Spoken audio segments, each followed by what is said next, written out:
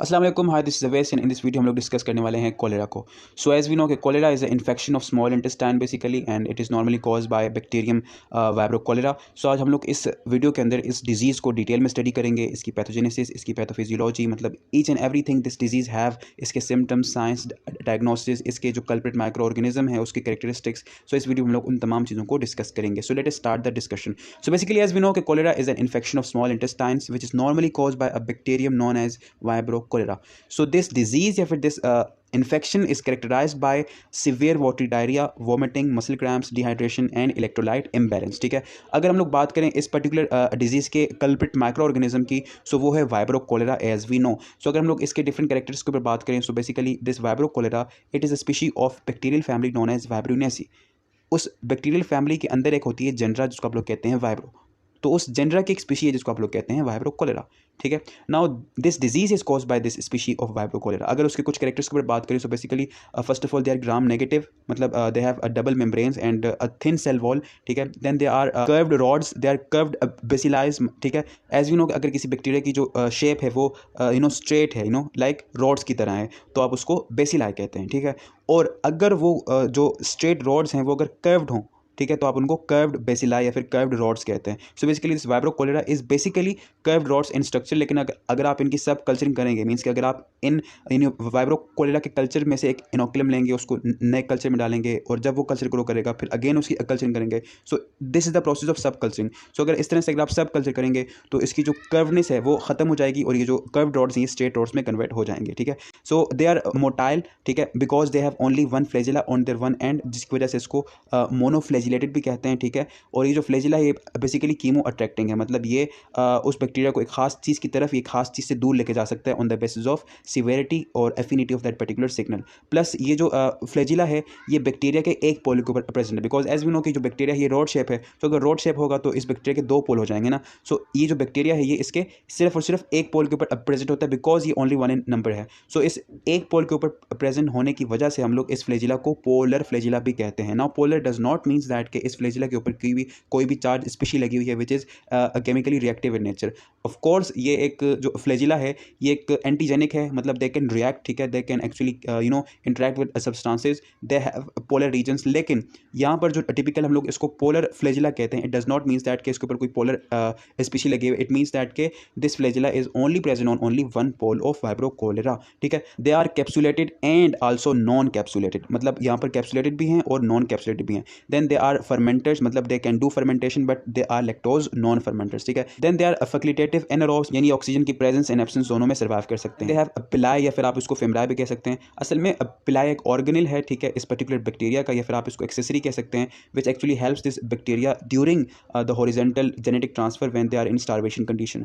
सो ये जो पिलाई है ये basically all across the bacteria present होता है। ठीक है, और ये इसको अटैचमेंट में काफ़ी हेल्प आउट करता है। ठीक है, देन वाइब्रो कोलेरा की नेचुरल हैबिटेट के ऊपर बात करें, सो ये है fresh water and marine water, मतलब ये फ्रेश वाटर में भी मिलेंगे आपको और ये मरीन वाटर में भी मिलेंगे। अच्छा, मरीन वाटर से मिलने से आपको ये पता लग सकता है कि दिस बैक्टीरिया इज़ हेलोफिलिक। ठीक है, यानी they can resist high salt concentration. और नॉर्मली ऐसे कहते हैं कि जो वाइब्रो जेनरा की स्पीशीज़ हैं ये नॉर्मली ग्रो ही 6% NaCl की सोल्यूशन में करती हैं। यानी अगर आम जुबान में करूँ तो हमारे अंदर का जो सॉल्ट कंसनट्रेशन है वो है एक्जैक्टली 1 के बराबर, 1%। लेकिन इनका जो नॉर्मल सॉल्ट कंसनट्रेशन है वो है 6%, मतलब कि दे आर सो मच हेलोफिलिक। ठीक है, मतलब they can survive inside the high salt concentration which is normally in marine water. ठीक है, लेकिन एक बात याद रखिएगा, जो वाइब्रो कोलेरा है इट इज़ नॉट हेलोफिलिक, मतलब वो बाय नेचर हेलोफिलिक नहीं है, मतलब वो ज़्यादा सॉल्ट पसंद नहीं करता, लेकिन they can resist the high salt concentration. ठीक है, देन अगर पीएच के ऊपर बात करें, सो दे टॉलरेट एल्कलाइन पीएच और normally they actually love to grow in alkaline pH. Now what do you mean by alkaline? Alkaline का मतलब होता है कि एक इस तरह का इन्वायरमेंट जहाँ पर पीएच जो है वो स्लाइटली बेसिक हो, मतलब इन बिटवीन 6 to 8 हो। ठीक है, और वहाँ पर जो पानी है, मतलब जो वाटर है, वो दूसरी चीज़ों को अपने अंदर सोलवेट कर सके। ठीक है, सो इस तरह के एनवायरनमेंट को आप लोग कहते हैं एल्कलाइन एनवायरनमेंट। अच्छा, ये जो इसका करेक्टर है इस बैक्टीरिया का कि they can survive alkaline environment या they are normally live inside the alkaline. So ये इसको डिफर करता है अदर इंटेरोबैक्टर से, मतलब अदर इंटेस्टाइनल बैक्टीरिया से, because they are a bit acid loving, लेकिन ये थोड़ा सा अल्कलाइन है। अच्छा, इसका ये कैरेक्टर इसके लिए थोड़ा सा नुकसानदेह होता है because they can not survive high acidic environment which is the normal environment of our stomach, because as we know कि अगर इसने इंटेस्टाइन में इन्फेक्शन कॉज करना है तो रास्ते में आएगा इसके पास स्टमक, और स्टमक के अंदर होता है वेरी एसिडिक एनवायरनमेंट, तो वहाँ पर इसको सर्वाइव करने में थोड़ा सा इशू हो सकता है बिकॉज ऑफ दिस कैरेक्टर, और होता है। ठीक है, अगर उसकी कॉलोनी मॉर्फोलॉजी पर बात करें तो basically vibro cholera produces convex smooth round colonies that are opaque and granular in structure and they actually opaque as far as the light transmission is concerned, मतलब वो अपने अंदर से लाइट पास होने नहीं देती इनकी जो कॉलोनीज होती हैं। ठीक है, देन अगर मजीद बात करें तो vibrio cholera and most other vibrios they also grow at about 37 degree centigrade, मतलब इनका जो एवरेज ऑप्टिमम टेम्परेचर होता है it is about 37 degree centigrade. ठीक है, which is actually of normal human body temperature, है ना। सो ये थे हमारे पास कुछ बायोकेमिकल या फिर आप इसको कह सकते हैं कि the actual physiological and morphological characteristics of vibrio cholera. So अब आइए बात करते हैं अपॉन द एंटीजेनिक क्लासिफिकेशन या फिर एंटीजेनिक कैरेक्टर्स के ऊपर। सो एज वी नो कि हमारे पास इस बैक्टीरिया के पास एक फ्लैजिला होता है। ठीक है, और एज वी नो कि वो जो फ्लैजिला है, जो नॉर्मली जितने भी बैक्टीरिया हैं उनके ऊपर जो फ्लैजिला होते हैं दे आर एक्चुअली एंटीजेनिक, मतलब they can cause immune system to produce antibodies against it.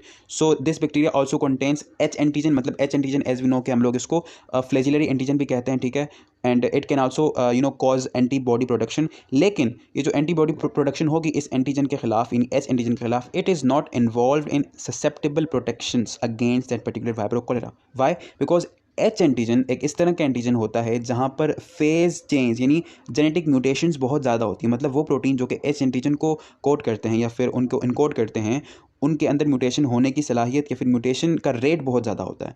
तो मतलब when ever every times a particular species of bacteria divides, तो वहाँ पर ऑलमोस्ट 50% चांसेस हैं कि उनका जो एच एंटीजन है वो थोड़ा सा वेरी कर जाए as far as the antigenic structure of the paratope is concern. ठीक है, लेकिन इस बैक्टीरिया के पास एक एंटीजन है which is not that much face changer, और वो है O antigen, because as we no के ओ एंटीजन का मतलब होता है कि lipopolysaccharide antigen. Lipopolysaccharide basically as we no के ग्राम नेगेटिव बैक्टीरिया के ऊपर एक एंडोटॉक्सिन लगा होता है, और जो एंडोटॉक्सिन होता है वो बाय नेचर लिपोपोलीसेकेराइड होता है, और वो जो लिपोपोलीसेकेराइड होता है वो एक्चुअली में एंटीजेनिक होता है, मतलब it is also can generate the production of antibody. So जो वाइब्रो कोलेरा है उसके पास भी ओ एंटीजन होता है विच इज़ सीरोलॉजिकली वेरी स्पेसिफिक, और उसके खिलाफ बनी हुई एंटीबॉडीज़ जो हैं वो बहुत ही करामत होती हैं और इन्फेक्शन से क्योर में काफ़ी हेल्प आउट करती हैं। अच्छा, इसी ओ एंटीजन के ऊपर जितनी भी क्लासिफिकेशन हमारे पास आती हैं, आदर दे आर सीरोटाइप्स बायोटाइप्स जो भी हैं, वो इसी ओ एंटीजन के ऊपर क्लासीफाई करती हैं, मतलब इसी के ऊपर वो क्लासिफिकेशन बेस करती हैं। सो अगर उस क्लासिफिकेशन पर थोड़ा सा गौर करें तो there are at least more than 140 serotypes strains और serovars of this particular vibrio cholera on the basis of O antigen, यानी ओ एंटीजन के फेस चेंज की वजह से, यानी ओ एंटीजन के वेरिएशन की वजह से हमारे पास इस वाइब्रो कोलेरा की स्पीशी की ऑलमोस्ट 140 से ज़्यादा सीरोटाइप्स या फिर स्ट्रेन्स जनरेट हुई हैं बिकॉज ऑफ म्यूटेशन। ठीक है, सो स्पीशी के बाद वेन एवर द स्पीशी, यानी स्पीशी के अंदर जब म्यूटेशन होती है तो उसके बाद जो चीज़ नहीं बनती है उसको आप लोग स्ट्रेन्स कहते हैं या फिर सीरोटाइप्स कहते हैं या फिर सीरोवर्स कहते हैं। सो this is the basic definition of सीरोटाइप्स और सीरोवर्स। ठीक है, so on the basis of O antigen variation we have more than 139 या फिर मोर देन 140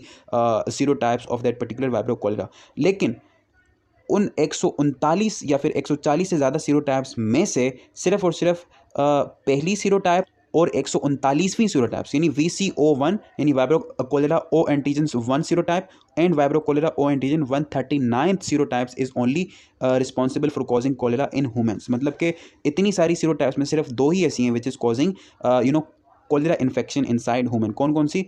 O1 एंड O139। ये जो अदर हैं मतलब O1 से लेकर O139 और उससे ऊपर, वो भी इन्फेक्शन कॉज करती हैं, लेकिन वो इतना सिवियर नहीं होता जितना VCO1 या VCO139 से हुआ हुआ इन्फेक्शन सिवियर होता है। Now the vibro cholera सीरोटाइप्स O1 antigen has determinants that make further typing. ठीक है, यानी कि ये जो वाइब्रो कोलेरा O1 है इसकी फर्दर क्लासिफिकेशंस हैं। अच्छा, ये जो फर्दर क्लासिफिकेशन है ये 2 किस्म की हैं, एक सीरोटाइपिक है और एक बायोटिपिक है, यानी on the basis of serum difference के ऊपर भी क्लासिफिकेशन है and on the basis of biotyping के ऊपर भी हमारे पास क्लासिफिकेशन है। The main serotypes are Ogawa, Inaba and हिचकोमा, यानी 3 हमारे पास बेसिक सीरोटाइप्स हैं on the basis of O antigen variation in O1 VCO1 strain of bacteria, यानी VCO1 के भी फर्दर सीरोटाइप्स हैं, सब सीरोटाइप्स कह सकते हैं आप इनको, ठीक है। और अगर हम लोग अब बायोटाइप्स के ऊपर बात करें, so they are two basic biotypes, classic and EL-TOR, यानी VCO1 classic and VCO1 EL-TOR. Biotypes have some differences on the basis of biochemical characteristics. मतलब कि इनके अंदर कुछ खास किस्म के बायोकेमिकल डिफरेंसेस होते हैं जिनके ऊपर इनको क्लासीफाई किया गया, मतलब आपस में से सेपरेट किया गया है ना। वो क्या इस तरह के डिफरेंस हैं जिसके ऊपर हम लोगों ने दो किस्म की टाइप्स कर दिए, बायोटाइप्स कर दिए, क्लासिक और EL-TOR। असल में वो जो डिफरेंस है वो ये हैं कि जो EL-TOR है उसके अंदर कुछ खास किस्म के चेंजेस हैं। वो चेंजेस क्या हैं? वो चेंजेस ये हैं कि जो EL-TOR है इट कैन प्रोड्यूस हीमोलाइसेंस, ठीक है। Then it is VP positive, मतलब ये वेगस प्रोस्कर टेस्ट पॉजिटिव है। As we know it is one of the biochemical test we have discussed in the IMViC test, ठीक है, आप देख सकते हैं। Then it is also resistant to polymyxin B antibiotic. तो ये तीन डिफरेंस हैं which actually differentiate EL-TOR from classic type. Classic type में फॉर एग्जांपल हीमोलाइसिन प्रोड्यूस नहीं होते हैं, it is VP negative and it is not resistant to polymyxin B antibiotic. तो ये तमाम के तमाम तीन जो कैरेक्टर हैं ये बेसिकली रीज़न है इन बायोटिपिक क्लासिफिकेशंस का। नाउ इसी कैरेक्टर के ऊपर, यानी इसी कैरेक्टर को खास तौर से जो पॉलीमेग्जिन B एंटीबायोटिक की जो रेजिस्टेंट है ऑफ दैट EL-TOR बैक्टीरिया, आप इसको यूज़ करके EL-TOR को सेपरेट कर सकते हैं from the rest of the culture. मतलब आप उस मीडिया के अंदर जिसके अंदर आपने इनोकुलम करना है उसके अंदर आप पॉलीमेग्जिन B एंटीबायोटिक शामिल कर लें, सो वो स्पीशी या वो बैक्टीरिया जो वहाँ पर कल्चर करेगा वो कौन सा होगा? एग्जैक्टली वो होगा EL-TOR, ठीक है। अच्छा, one thing should be remember, जो VCO139 है, ठीक है, it contain a polysaccharide capsule.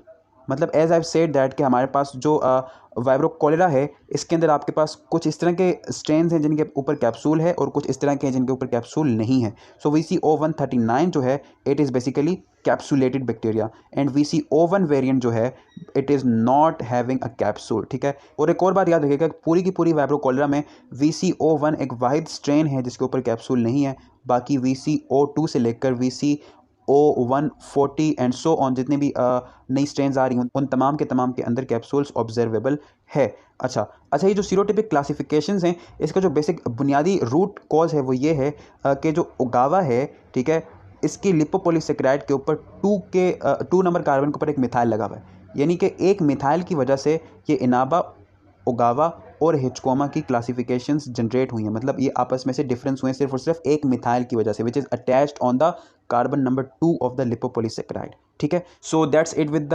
Biochemical characteristics and classification of that particular vibrio cholera. और अब आइए बात करते हैं कि how does this particular vibrio cholera is causing us cholera, और ये किस तरह से हमें नुकसान पहुंचा रहा है and why it is so much harmful. Let us look the pathogenesis of that particular cholera. Now आइए बात करते हैं।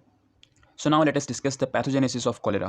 So let's discuss the infecting dose. So जो infecting dose है वो बेस करती है कि आया तो आप वाटर के साथ उस पैथोजन को इंजेस्ट कर रहे हैं या फिर वो फूड के साथ, बिकॉज एज वी नो कि जो वाइब्रो कोलेरा है it is sensitive to acidic environment, as I have discussed in the previous characteristics of that particular vibrio cholera. So अगर वो एसिड से थोड़ा सा सेंसिटिव है तो जो उसकी सर्वाइवल है वो मोस्टली डिपेंड करेगी कि उसकी तादाद कितनी है, ठीक है। अच्छा, सो जो इन्फेक्टिंग डोज है अगर आप उसको वाटर के साथ इंजेस्ट कर रहे हैं तो वो होगी 10⁻10, मतलब बहुत ज़्यादा कंसनट्रेशन ऑफ वाइब्रो कोलेरा के पैथोजन चाहिए होंगे if you want to have infection along with water, और वो कंसनट्रेशन कम होकर हो जाती है 10⁻2 टू 10⁻4। मतलब कि अगर आप फूड के साथ उसको इंजेस्ट कर रहे हैं तो अगर उन पैथोजन की तादाद कम भी है तब भी वो आपको इन्फेक्ट कर सकते हैं। Now why is that? Because as we know कि आपके स्टमक के अंदर, because it is the pathogen of intestine ना, तो रास्ते में आएगा stomach which contain very high acidic environment, तो वहाँ पर होगा एसिड, ठीक है। सो जो फूड है it has the capacity to actually react with that acid, मतलब इस फूड के पास है buffering capacity.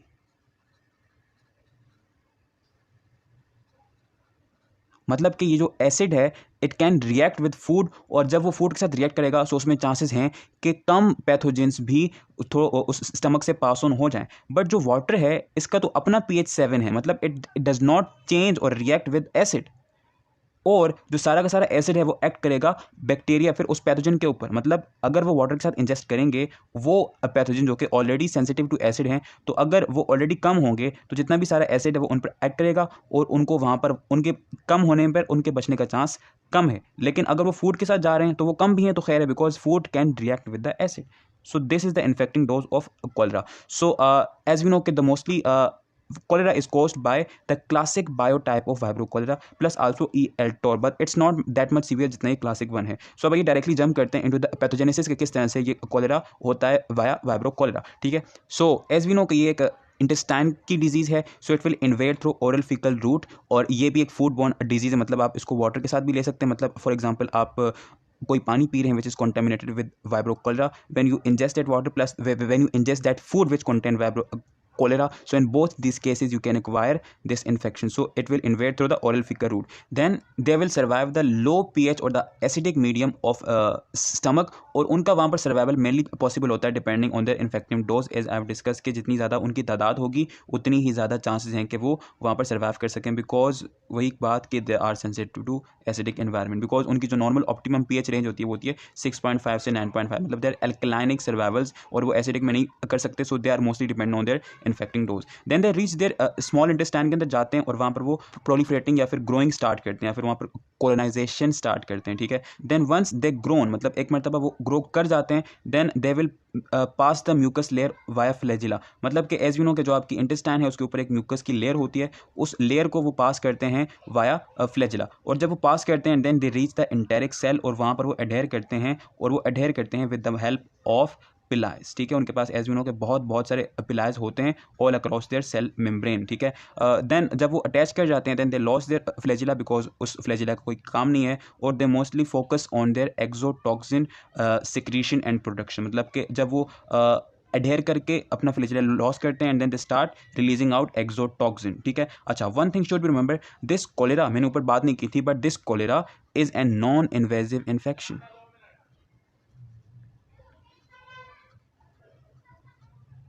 Non invasive infection मतलब कि इस इन्फेक्शन के अंदर ये जो आपका पैथोजन है ये आपकी बॉडी के अंदर इंटर नहीं होगा. ना आपको शायद इस पॉइंट के ऊपर ये बात थोड़ी सी अजीब लगे कि ऑलरेडी एंटर हो चुका है. असल में ये जो आपकी इंटेस्टाइनल ट्रैक है, गैस्ट्रो इंटेस्टाइनल ट्रैक, ये कैविटी है, मतलब कि ये आउटसाइड इन्वायरमेंट के साथ, एयर के साथ कॉन्टैक्ट में है अगर इसकी तमाम ओपनिंग्स खोल दी जाएँ.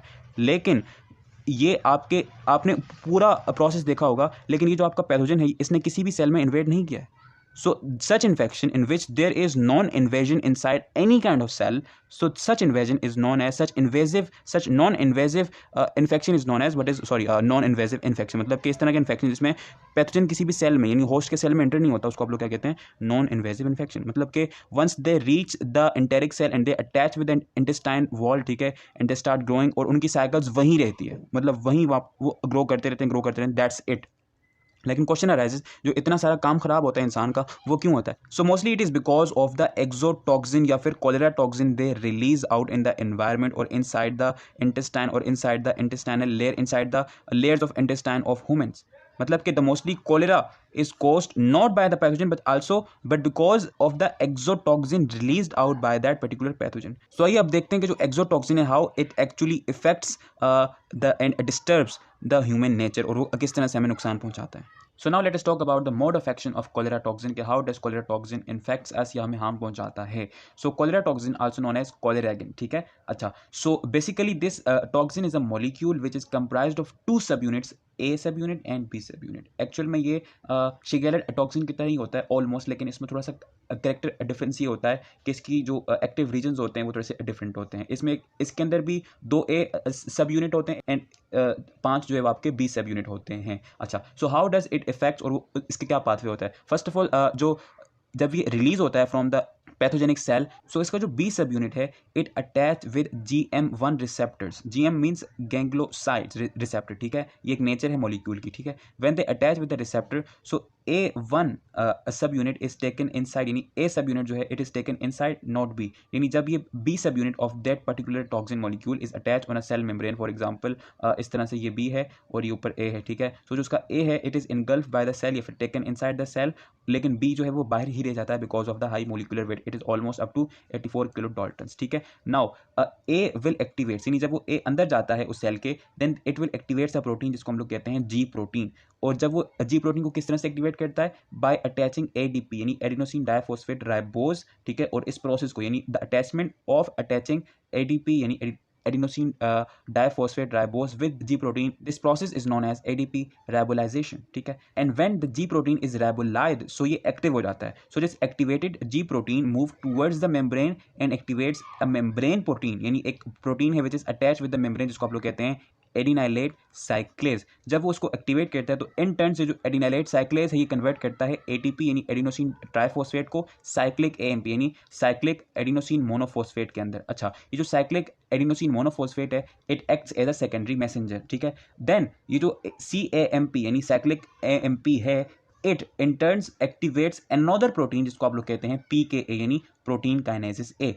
नाउ सारा का सारा काम इसी प्रोटीन काइनेसिस ए का है. नाउ दिस PKA, ठीक है, activates another transport protein channels यानी डिफरेंट किस्म के ट्रांसपोर्ट प्रोटीन चैनल होते हैं ना. अच्छा, मोस्टली एक और बात, ये जितना भी काम हो रहा है ये कहाँ हो रहा है, ये आपकी इंटेस्टाइन के अंदर हो रहा है, आपके इंटेस्टाइनल सेल्स, ये जो आपके इंटेरिक सेल्स हैं, typically enteric sales, this is happening inside the enteric cell. मतलब ये जितना भी टॉक्सिसिटी का जो पाथवे है it happens inside the enteric cell of your intestine, ठीक है. अच्छा, नाउ एज वी नो कि जो उस सेल्स के अंदर डिफरेंट किस्म के ट्रांसपोर्ट प्रोटीन्स होते हैं बिकॉज उनका काम यही है कि जब डाइजेशन हो जाए तो वो तमाम के तमाम न्यूट्रिएंट्स को, तमाम के तमाम इलेक्ट्रोलाइट्स को, वाटर को अपने अंदर इंजेस्ट कर सकें. So they contain different kind of transport channels. For example CFTR, cystic fibrosis transmembrane receptor, which is mostly responsible for chlorine and water intake, chlorine and water, ठीक है. अच्छा, तो उसको एक्टिवेट कर देता है, मतलब ये एक्टिवेट, ये जो PKA है ये एक्टिवेट्स करता है transport channels of electrolytes and nutrients. उससे क्या होता है, जितने भी आपके इंडायरेक्ट सेल के अंदर न्यूट्रिएंट्स होते हैं, फॉर एग्जांपल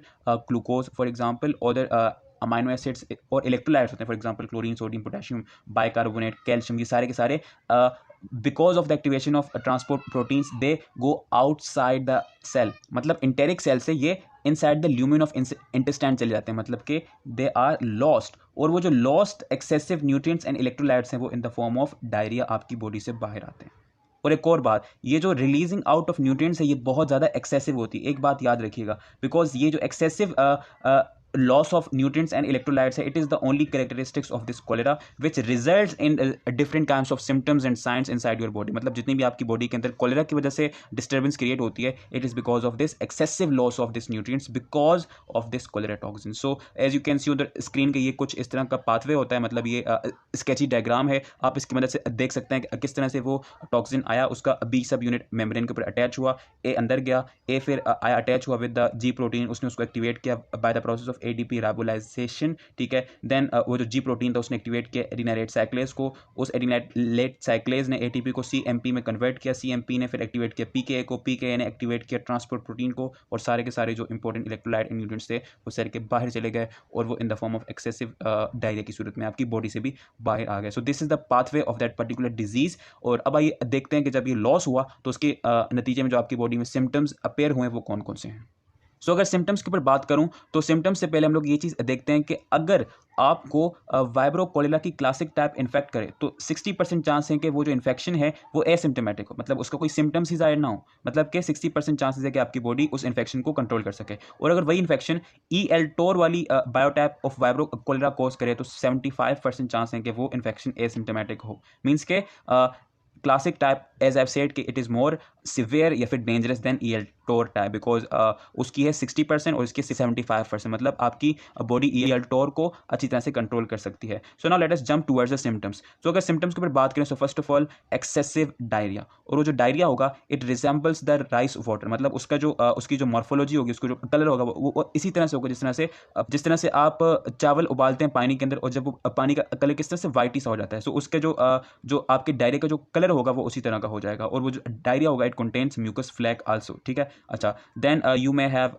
एब्डोमिनल क्रैम्प्स, ठीक है. इसके अलावा डिहाइड्रेशन फॉर श्योर, ठीक है. इसके अलावा आपको सर्कुलेटरी कोलैप्स हो सकता है बिकॉज आपकी बॉडी से. अच्छा, एक और बात, ये जो आपको डायरिया होगा उसमें ये चांस है कि अगर ये बहुत ही ज़्यादा एक्सेसिव या इंटेंसिव या फिर बहुत ही सीवियर इन्फेक्शन है, सो उस डायरिया की जो सीवियरिटी है वो इतनी है कि you can loss 1 litre of fluid and electrolytes in 1 our, मतलब 1 घंटे के अंदर 1 लीटर आपको डायरिया आ सकता है. सो उसकी वजह से आपकी बॉडी का जितना भी पानी है, वो जितना भी न्यूट्रिएंट है, सब कुछ बाहर चला गया. सो आपकी बॉडी में कुछ नहीं बचा. सो उसके बाद आपके जो सिम्टम्स है वो ये कि आपको सर्कुलेटरी कोलैप्स हो सकता है, मतलब आपका सर्कुलेटरी सिस्टम बैठ सकता है. क्यों? आपका सारा का सारा जो फ्लूइड है वही बाहर चला गया, तो आपका सर्कुलेटरी सिस्टम क्या सप्लाई करेगा, कुछ बचा ही नहीं है. देन आपको एन यूरिया हो सकता है, मतलब आपकी यूरिनेशन खत्म हो सकती है. एन्यूरिया की वजह से आपके किडनी भी फेल हो सकते हैं, ठीक है। इसके अलावा आपको इसमें फीवर नहीं होता कॉलेरा के केस के अंदर। इसके अलावा और सिम्टम्स हैं कि आपका माउथ ड्राई हो जाएगा, ड्राई माउथ, स्वेलन टंग, संकिन आइज, मतलब आपकी आइज बिल्कुल सुकड़ जाएंगी। इसके अलावा आपको कोल्ड हो सकता है, मतलब आपको सर्दी लग सकती है, शिवरिंग हो सकती है, ठीक है। इसके अलावा आपकी हार्ट बीट भी डिसबैलेंस हो सकती है, इरेगुलर हैबिटेट। इसके अलावा आपको वॉमिटिंग भी हो सकती है, नोजिया भी हो सकता है। इसके अलावा अगर फर्दर कैरेक्टरिस्टिक पर बात करेंगे और क्या सिम्टम्स हैं, तो आपको एसिडोसिस हो सकता है, मतलब आपके जो ब्लड है उसका एसिड लेवल बढ़ सकता है। This condition is known as acidosis. Now why is happening, as we have discuss कि आपके न्यूट्रिएंट एंड इलेक्ट्रोलाइट लॉस के साथ साथ आपके बाइकार्बोनेट आयंस भी, यानी HCO3 आयंस जो कि आपकी बॉडी के अंदर मोस्टली एसिड बेस कंट्रोल को लेवल करते हैं, वो भी वेस्ट हो सकते हैं। So because of the loss of HCO3 negative यानी बाइकार्बोनेट्स आयन, आपको एसिडोसिस भी हो सकती है। इसके अलावा आपको मसल डिस्फंक्शन भी हो सकती है। Y? Because of the loss of potassium ion. इसके अलावा आपको हेडेक हो सकता है, पुअर बैलेंस, सीजर, आपको झटके लग सकते हैं, आप कोमा में जा सकते हैं। और ये सब क्यों हो रहा है? Because of the loss of sodium and chlorine ions. So this was the symptoms of cholera. Now let us jump towards directly to the lab diagnosis of this disease. So the first of all sample is taken from the stool and from the mucus flux you have excreted out along with the diarrhea. ठीक है. So as we know, first of all we have biochemical testing. So biochemical testing का जो first ये है कि first of all you have to observe that particular microbe under the microscope. Normally phase contrast and dark field को use किया जाता है for this cholera visualization. Then you got biochemical testing. First of all you have to culture that particular sample or the particular inoculum you have taken from the mucus flux onto the selective media. Selective media यहाँ पर होता है TCBS. TCBS means thiosulphate bile sucrose. ये यहाँ पर selective media जो कि सिर्फ और सिर्फ वाइब्रो कोलेरा की ग्रोथ को प्रमोट करेगा. उसके बाद जब आप उसको सिलेक्ट कर लिया, then you got the enrichment culture, मतलब आपने फिर उसके इनोकुलम को ट्रांसफर करना है on the enrichment media. Now enrichment media यहाँ पर होता है alkaline peptone growth, and when you have enriched that particular bacteria, जब वहाँ पर ग्रो करेंगे तो आपने वहाँ पर उसकी डिफरेंट किस्म की बायोकेमिकल टेस्टिंग करनी है, and from that biochemical testing can found out कि वो वाइब्रो कोलेरा है या नहीं है. Then we got serological test. Serological test में आपके पास मोस्टली यहाँ पर किए जाते हैं स्लाइड एग्लूटिनेशन टेस्ट या फिर Widal test based on O antigen. Vibro cholera के केस के अंदर भी जो आपके सीरोलॉजिकल टेस्ट हैं ज़्यादा रेफर नहीं किया जाता, बिकॉज एज वी नो कि जो आपका ओ एंटीजन है ये थ्रू आउट द जीनस ये कॉमन रहता है. सो मोस्टली हम लोग डिपेंड कर रहे होते हैं on the biochemical testing. So this was a cholera disease. We have discussed first of all character of that particular pathogen, then we talk on the pathogenesis, then हम लोगों ने symptoms पे बात की, and on last हम लोगों ने lab diagnosis या फिर diagnosis के ऊपर बात की. So this was it with this cholera. I hope so कि आपको ये वीडियो समझ आई होगी. If you like this video, so please share it with your friends or anyone जिसको भी इस वीडियो की ज़रूरत है. Thank you so much for watching this video. Have a nice day. Goodbye.